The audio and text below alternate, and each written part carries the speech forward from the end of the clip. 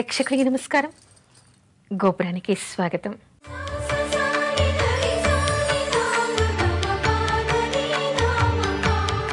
జ్యోతులను ఏ ఏ సందర్భాల్లో వెలిగిస్తారు? జ్యోతి అంటే దీపము, వెలుగు అనేటువంటి అర్థం ఉన్నప్పటికీ కూడా మనకి వాడుకలో రూఢిలో ఉన్నటువంటి అర్థం మాత్రం పిండితో చేసినటువంటి దీపాల్ని వెలిగించడమే మనం జ్యోతి అనేటువంటి పదంగా మనం వాడుకుంటూ ఉన్నాం. అయితే ఈ పిండితో చేసేటువంటి దీపాలు ఏ ఏ సందర్భాల్లో వెలిగించాలి, ఎవరెవరికి అంటే ఏ దేవతలకి వెలిగించాలి అనేటువంటి విషయాన్ని చెప్పుకోవాలి. అదేమిటంటే ముఖ్యంగా పెళ్లి సందర్భంలో పెళ్లి కూతురుని పెళ్లి మంటపానికి తీసుకొచ్చేప్పుడు అంటే మధుపర్కం కట్టుకునే ముందు జీలకర్ర బెల్లం పెట్టిన తర్వాత ముహూర్తం అయిపోయిన తర్వాత అమ్మాయి మధుపర్కం కట్టుకోవడానికి లోపలికి వెళుతుంది. వధువు మధుపర్కం కట్టుకున్న తర్వాత అప్పుడు ముత్తైదువులందరితో పాటు పెళ్లి మంటపానికి మళ్ళీ తిరిగి వస్తుందన్నమాట, సూత్రధారణ కంటే ముందు. అలా వచ్చే సందర్భంలో అమ్మాయిని తీసుకొచ్చే ముందు ఏం చేస్తారంటే అత్తవారింటి వారు, పుట్టింటి వారు కూడా మధ్యలో అమ్మాయిని కొంతమంది నడిపించి తీసుకొస్తూ ఉంటారు. వెనక అత్తింటి వారు, ముందర అమ్మాయికి ముందర పుట్టింటి వారు, లేదా వాళ్ళ సాంప్రదాయాన్ని బట్టి అమ్మాయికి ముందర అత్తింటి వారు, అమ్మాయికి వెనక పుట్టింటి వారు కూడా కొంతమంది ముత్తైదులంతా కలిసి ఒక పళ్ళెల్లో వారి వారి సాంప్రదాయాలను అనుసరించి ఈ పిండి దీపాల్ని వెలిగిస్తారు. అంటే కొంతమంది ఏమో ఈ దీపాల్ని 5 వెలిగిస్తారు, కొంతమంది 9 పెడతారు, కొంతమంది 16 పెడతారు. ఇదే వాళ్ళ ఇంటి ఆనవాయితీని బట్టి, ఆచారాన్ని బట్టి ఇది చేస్తూ ఉంటారు. ఏదైనా కూడా 5కు తక్కువగా ఈ సంఖ్య ఉండదు. అంటే 5వ తనానికి సంకేతంగా కనీసం 5 జ్యోతుల్ని వెలిగిస్తారు. అంటే పుట్టింటి వారు ఒక పళ్ళెంలో 5 జ్యోతుల్ని, అత్తింటి వారు ఒక పళ్ళెంలో 5 జ్యోతుల్ని వెలిగించి అక్కడ లోపల గౌరీదేవికి అమ్మాయి ముందే పూజ చేసి ఉంటుంది కదా, ఆ గౌరీదేవికి హారతిచ్చి ఆ తర్వాత ముందుగా కొంతమంది జ్యోతులను పట్టుకొని నడుస్తుంటే మధ్యలో అమ్మాయి నడిస్తే వెనుకగా మరికొంతమంది జ్యోతులను పట్టుకొని నడుస్తూ అమ్మాయిని పెళ్లి మంటపానికి తిరిగి తీసుకొచ్చి అక్కడ కూర్చోపెడతారు. అంటే ఇక్కడేమిటి, ఆ అమ్మాయికి ముందు వెనక కూడా వెలుగు ఉంది, జ్యోతి ఉంది.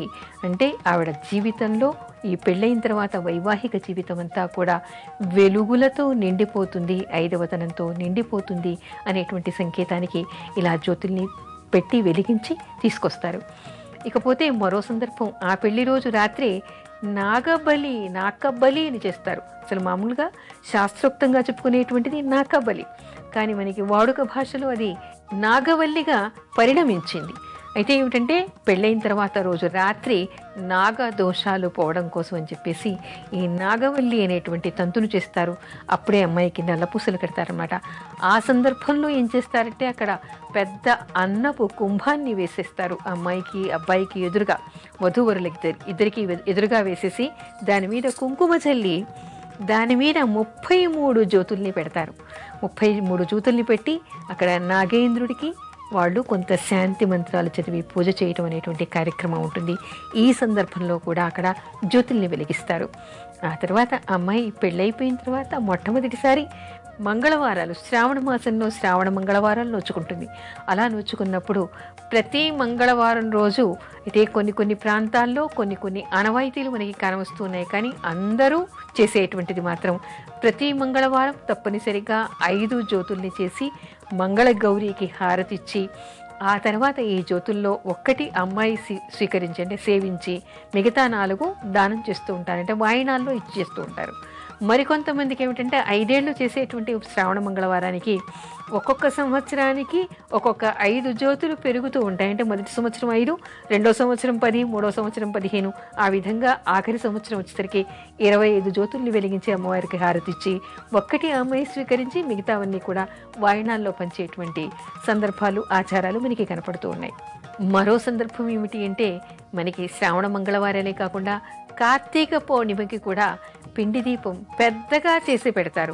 ఇది ఇలాంటి చిన్న జ్యోతులు కాకుండా పెద్ద జ్యోతిని వెలిగించి శివుడి ముందర, ఇంట్లో అమ్మవారి ముందర, లేదా గంగా తీరంలో, నదీ తీరంలో ఉసిరి చెట్టు దగ్గర, తులసి చెట్టు దగ్గర కూడా ఇలా కార్తీక ద్వాదశి రోజు, కార్తీక పౌర్ణిమ రోజు, కార్తీక మాసంలో వచ్చేటువంటి పర్వటి రోజుల్లో ఇలా జ్యోతుల్ని వెలిగించేటువంటి ఆనవాయితీ మనకి కనిపిస్తుంది. కృత్తికా నక్షత్రం ప్రతి నెల ఒక కృత్తికా నక్షత్రం వస్తుంది. ఈ కృత్తికా నక్షత్రం వచ్చినప్పుడు సంతానం లేనటువంటి దంపతులంతా కూడా కృత్తికా నక్షత్రం రోజు సుబ్రహ్మణ్య స్వామి పూజ చేస్తూ ఉంటారు. అలా చేసినప్పుడు సాయంత్రం పూట 6 జ్యోతుల్ని, అంటే షణ్ముఖుడు కదా ఆయన, కృత్తికలు కూడా 6, అందుకని 6 జ్యోతుల్ని వెలిగించి అక్కడ హారతిచ్చి పూజ చేసేటువంటి ఆనవాయితీ కూడా ఉంది. ఇలా కృత్తికా నక్షత్రం రోజు కూడా జ్యోతుల్ని వెలిగిస్తారు. ఇకపోతే మనకి గంగా తీరంలో గంగకి హారతిచ్చేప్పుడు కూడా ఇలా జ్యోతుల్ని వెలిగించి హారతిచ్చేటువంటి ఆనవాయితీ మనకి కనిపిస్తోంది. తర్వాత శ్రావణ పౌర్ణిమ రోజు కూడా కొంతమంది ఈ జ్యోతుల్ని వెలిగించి అమ్మవారికి హారతిస్తూ ఉంటారు. వెంకటేశ్వర స్వామికి కూడా ఈ పిండి దీపం పెట్టడం, అంటే జ్యోతిని వెలిగించడం అనేటువంటి ఆనవాయితీ చాలా చోట్ల కనిపిస్తోంది. జ్యోతిని వెలిగించి 7 వారాలు కూడా వెంకటేశ్వర స్వామి పూజ చేస్తూ ఉంటారు.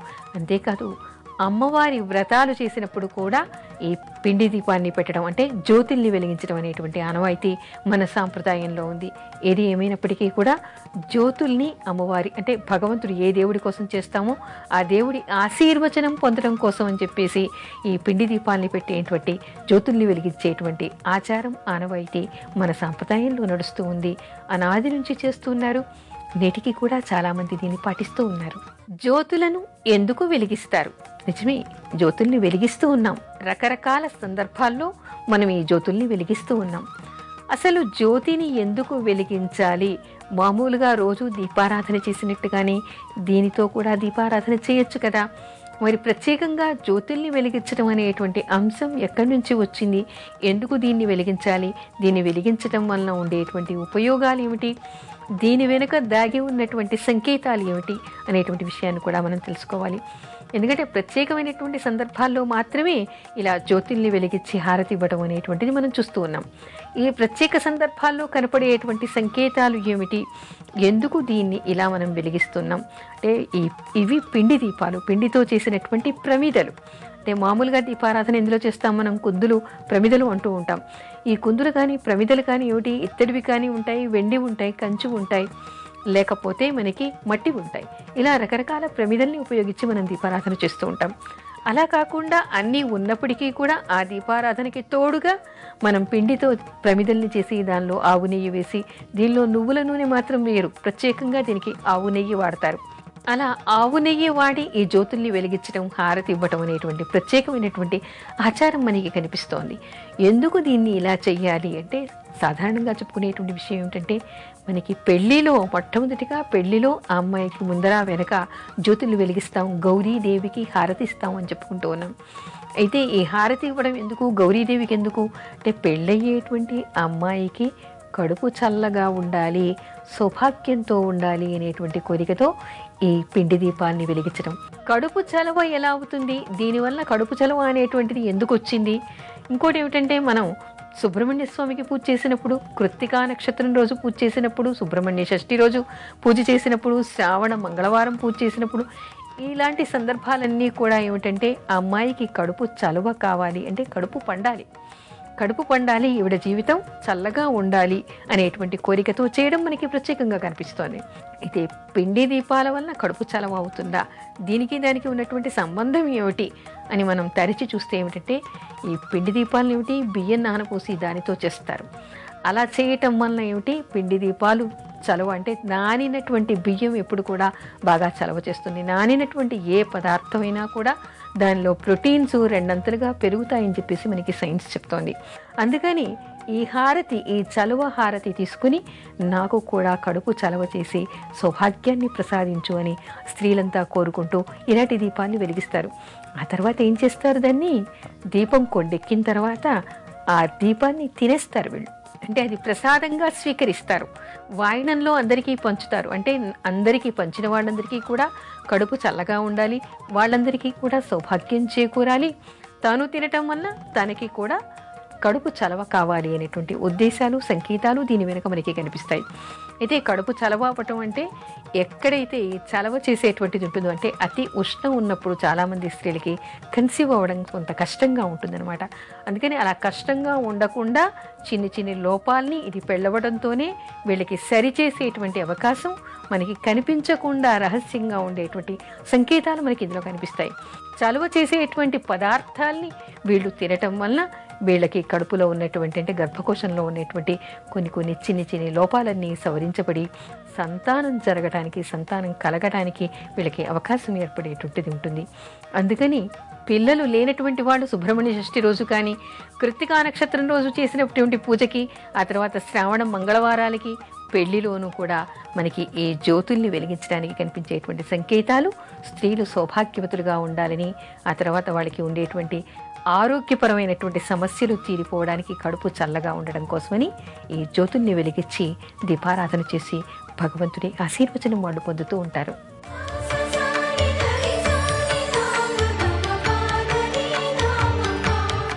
జ్యోతులను ఎలా తయారు చేయాలి, జ్యోతుల్ని ఏ సందర్భాల్లో పెట్టాలి, ఎందుకు పెట్టాలి మనం చెప్పుకున్నాం. మరి ఆ జ్యోతిని ఎలా వెలిగించాలి, జ్యోతిని ఎలా తయారు చేయాలి, అది కూడా ఈ రోజుల్లో ఆధునికులకి తెలియటం లేదు. పూర్వకాలం వాళ్ళైతే అమ్మమ్మలు చక్కగా చేసేవాళ్ళు, వాళ్ళకి బాగా తెలిసేది ఎప్పుడు ఏ సందర్భంలో ఎంతగా ఉండాలి, ఎలా చెయ్యాలి, ఎన్ని చెయ్యాలి అనేటువంటి వివరాలు వాళ్ళకి తెలిసేవి. కానీ ఆధునికులకి అవి తెలియటం లేదు. కాబట్టి ఈరోజు మనం ఆ చిన్ని అంశాన్ని కూడా చెప్పుకోవాల్సినటువంటి అవసరం ఏర్పడింది. అయితే జ్యోతుల్ని ఎలా చెయ్యాలంటే, రేపు వ్రతం ఉంది, రేపు పూజ ఉంది అని అనుకుంటే ఈరోజే రాత్రి బియ్యాన్ని చక్కగా కడిగి నానబెట్టాలి. అవి తెల్లవారేసరికి బాగా నానిపోతాయి. నానిపోయినటువంటి బియ్యాన్ని ఒక జల్లెల్లో వేసి ఆ నీళ్ళంతా కూడా వడకట్టిన తర్వాత ఒక తెల్లని గుడ్డ మీద దాన్ని కాసేపు ఆరబెట్టాలి. ఆరబెట్టడం అంటే ఆ తడి మొత్తం పోయేదాకా, పొడి పొడిగా అయ్యేదాకా దాన్ని బాగా గుడ్డ మీద ఒక 2 నిమిషాలు ఆరబెట్టి, లేదా ఆ గుడ్డ పెట్టి తుడిచేసి, ఆ తర్వాత పూర్వకాలం ఏం చేసేవాళ్ళు, దంచేసేవాళ్ళు. ఇప్పుడు మనకి దంచే అవకాశం లేదు కాబట్టి హాయిగా మిక్సీలో వేసేసుకోవచ్చు. మిక్సీలో వేసుకున్న తర్వాత చక్కని తెల్లని పొడి తయారవుతుందో, నూక లేకుండా బియ్యం పిండిలాగా అయిపోవాలన్నమాట. మెత్తని మైదా పిండిలాగా అయిపోయిన తర్వాత దానిలో కాసింత ఆవు నెయ్యి, బెల్లం వేసేసి మళ్ళొకసారి తిప్పేస్తే గట్టిగా ఒక ముద్ద తయారవుతుంది. దాన్ని ఒక చిన్న ప్రమిద షేప్లో చక్కగా అరిచేతిలో పెట్టుకుని, పగుళ్ళు లేకుండా చక్కగా ఒక గిన్నెలాగా దాన్ని తయారు చేస్తే, దాని లోపల మధ్యలో వత్తిని వేయటం, దానిలో ఆవు నెయ్యి వేయటం, అలా దీపం పెట్టాలి. కొంతమంది ఏం చేస్తూ ఉంటారంటే, శ్రద్ధ తగ్గిపోయింది, టైం ఉండదు, మర్చిపోతారు, ఏదో ఒకటి కానిద్దాంలే, పూజే కదా అని అనుకుంటూ ఉంటారు. అసలు దాని వెనుక దాగినటువంటి వైద్య సంకేతాలు వీళ్ళకి తెలియవు. తెలిసినా వాటిని పట్టించుకోరు. ఏదో ఒకటిలే అయిపోనిద్దాం, పూజ అంటే భక్తితో చేయాలి, కానీ వీటికి వాటికి సంబంధం ఏమిటి, అంత చాదస్తం కాకపోతే అని అంతా తీసేస్తూ ఉంటారు. తీసేసి డబ్బాలో ఉన్నటువంటి బియ్యం పిండి కాస్త తడిపేసి దాన్ని జ్యోతిలాగా వెలిగించి అక్కడ పెట్టేస్తూ ఉంటారు. అంటే దానిలో కావలసింది, దాని వెనుక ఉన్నటువంటి సంకేతాలు తెలియకపోవటం, వాటిని పాటించకపోవడం. మరికొంతమంది ఏం చేస్తారంటే, విరిగిపోతాయేమో, హాయిగా గోధుమ పిండి చేసేద్దాం అంటారు. గోధుమ పిండిని తడిపి కూడా కొంతమంది జ్యోతులు వెలిగిస్తూ ఉంటారు. అవి తిన్న తర్వాత కడుపు చలవ చేయదు సరికదా, వీళ్ళకి లోపల అజీర్తి కూడా చేసేటువంటి అవకాశం ఉంటుంది.